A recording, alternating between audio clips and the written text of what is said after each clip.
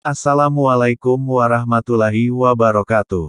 Alhamdulillah, di kesempatan sebelumnya kita telah panjang lebar membahas tentang nenek moyang Nabi Muhammad SAW, yaitu Nabi Ibrahim dan Nabi Ismail alaihissalam, sejarah terbentuknya kota Mekah, hingga hilangnya mata air Zam-Zam, sejarah berkembangnya agama Yahudi dan Nasrani di Jazirah Arab, sampai bagaimana kita telah membahas pemerintahan di kerajaan Yaman, sampai penyerangan terhadap Ka'bah oleh Abrahah dan pasukannya dari Yaman, serta kisah tentang penyerangan kerajaan Persia terhadap kerajaan Yaman. Saya berharap mudah-mudahan channel ini bisa memberikan kemudahan bagi teman-teman untuk mempelajari Islam, khususnya tentang riwayat Nabi Muhammad SAW, Nabi yang senantiasa kita semua jadikan teladan dalam kehidupan kita. Amin. Pada pembahasan kali ini, kita akan kembali ke kota Mekah, setelah panjang lebar membahas tentang negeri Yaman atau negeri Sabah. Di kota Mekah sendiri, masih dikuasai oleh suku Khuza'ah yang merebutnya dari suku Jurhum dari Yaman. Kisahnya bisa dilihat di Sirah Nabawiyah 9, untuk kisah suku Jurhum. Sedikit mengingatkan, suku Jurhum adalah suku dari Yaman yang pertama kali mendiami dan membentuk kota Mekah bersama Hajar dan anaknya, yaitu Nabi Ismail alaihissalam. Berjalannya waktu, setelah Nabi Ismail alaihissalam meninggal dunia, datang suku Khuza'ah dan merebut kota Mekah, dan salah satu pimpinan dari suku Khuza'ah adalah Amr bin Luhai. Kisahnya bisa dilihat di Sirah Nabawiyah 12 dan 13. Kota Mekah dikuasai oleh suku Khuza'ah berlangsung kurang lebih 300-500 tahun, tanpa adanya sumber mata air. Kisahnya bisa dilihat di Sirah Nabawiyah 12, tentang hilangnya mata air Zam-Zam. Untuk mempersingkat, karena di kota Mekah sendiri, terdapat banyak tokoh-tokoh yang apabila dibahas satu persatu, akan memakan waktu yang sangat lama, maka pada kesempatan kali ini, kita akan membahas salah satu tokoh Mekah yaitu Qusay bin Kilab. Qusay bin Kilab adalah kakek buyutnya Nabi Muhammad SAW, garis keturunan dari Nabi Ismail alaihissalam dari suku Jurhum dan suku Quraisy. Qusay, nama aslinya, Zaid bin Kilab, bin Murrah, bin Ka'ab, bin Luhai, bin Khalib, bin Fir.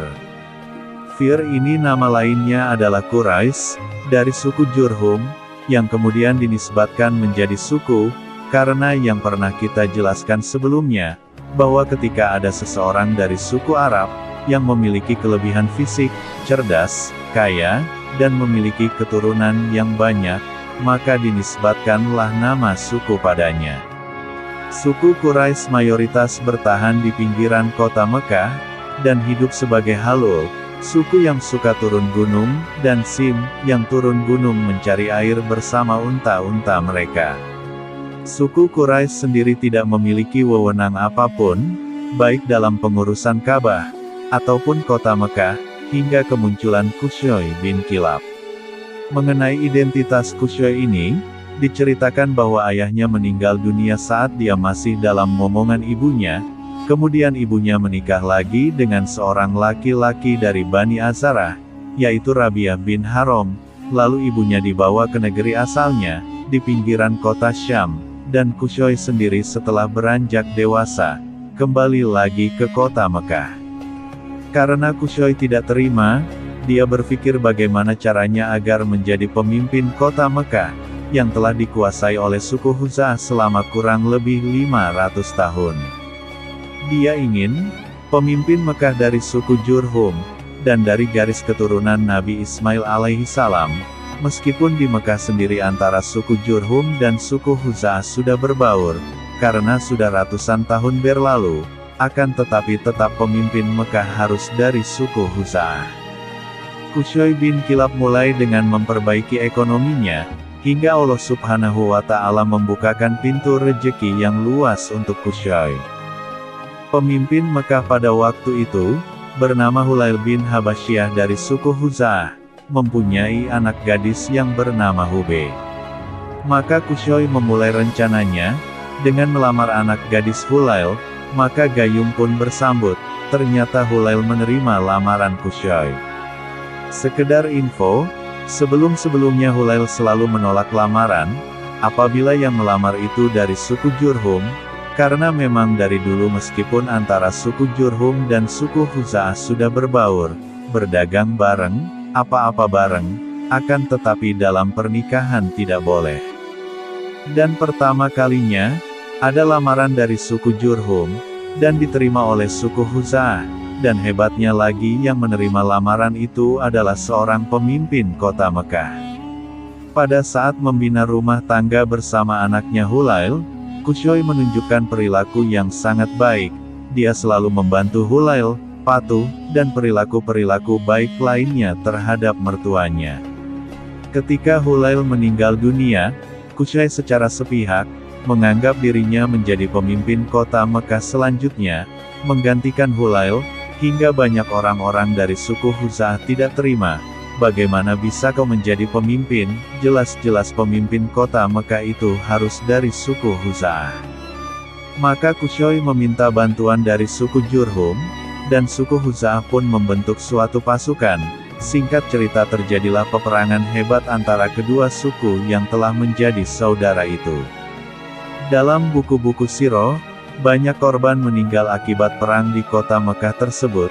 Pada saat itu, Qusay dan tokoh-tokoh dari suku Jurhum dan suku Huza'ah sepakat untuk menghentikan perang ini, dan menunjuk seorang penengah atau hakim, untuk menentukan siapa yang berhak menjadi memimpin kota Mekah. Kemudian dipilihlah Yamur bin Auf sebagai penengah atau hakim dari Bani Bakar. Mereka sepakat bahwa apapun keputusan dari Yamur harus diterima. Yamur sendiri adalah orang yang dihormati dan dituakan di kota Mekah. Dikumpulkannya tokoh-tokoh dari suku Jurhum dan suku Huza'ah, termasuk Qusay dan anak-anak dari Hulail. Kemudian Yamur bertanya kepada Qusay, "Kenapa Anda membentuk pasukan, dan ingin merebut Mekah dari mertua Anda?" Qusay menjawab, "Kita semua tahu bahwa orang yang pertama kali membentuk kota Mekah adalah kakek saya Ismail, yang juga seorang nabi bersama suku Jurhum, dan kalian suku Huza'ah adalah orang luar yang datang merebut kota Mekah."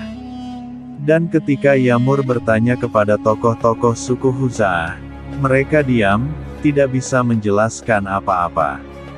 Maka Yamur bin Auf pun mengambil sebuah keputusan yang mutlak, bahwa kepemimpinan kota Mekah jatuh kepada Qusay bin Kilab dari suku Jurhum, dan semua hal yang berkaitan dengan kota Mekah, dari mulai kepengurusan jemaah haji, Ka'bah dan lain-lain tentang kota Mekah, menjadi urusan Qusay. Yamur sendiri sejak saat itu dijuluki sebagai Asisyadak, yang artinya sang pemecah masalah. Setelah hampir 500 tahun, kepemimpinan kota Mekah yang hilang dari suku Jurhum, akhirnya kembali di tangan Qusay bin Kilab. Kekuasaan Qusay atas penanganan kota Mekah dan Ka'bah, berlangsung pada pertengahan abad ke-5 Masehi, yaitu tahun 440 Masehi. Dengan demikian Qusay dari keturunan Quraisy, memiliki wewenang penuh dan pemberi keputusan di kota Mekah. Qusay sendiri menjadi pemuka agama bagi Ka'bah, yang selalu dikunjungi oleh orang-orang Arab, dari seluruh pelosok jazirah. Pada saat kepemimpinan Qusay, dibuatlah Darun Nadwah, yang didirikannya di samping Masjid Ka'bah atau Masjidil Haram. Dalam buku sirah, Darun Nadwah ini sangatlah besar, tetapi tidak ada rincian, seberapa besar bangunan tersebut. Yang pasti Darun Nadwah dijadikan tempat yang multifungsi, di antaranya, sebagai tempat pertemuan tokoh-tokoh Mekah. Bahkan Qusay melarang masyarakat Mekah yang mau menikah tidak boleh di luar, harus di Darun Nadwah, melahirkan harus di Darun Nadwah, dan lain sebagainya. Bahkan di zaman Nabi Muhammad SAW, Darun Nadwah dipakai untuk mengatur strategi perang, yang kisahnya nanti akan kita bahas pada kesempatan yang lain. Di antara ciri-ciri yang menunjukkan kepemimpinan dan kemuliaan Khusyuk adalah 1. Mengepalai Darun Nadwah, di mana di dalamnya, mereka berembuk tentang masalah-masalah strategis yang menimpa kota Mekah, dan juga sebagai tempat mengawinkan anak-anak dari masyarakat Mekah. 2. Pemegang panji.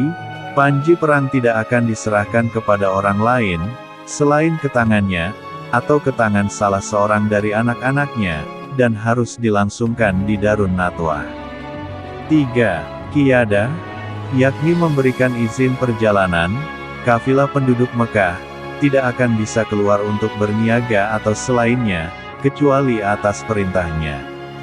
4. Hijabah, yaitu wewenang menutup Ka'bah.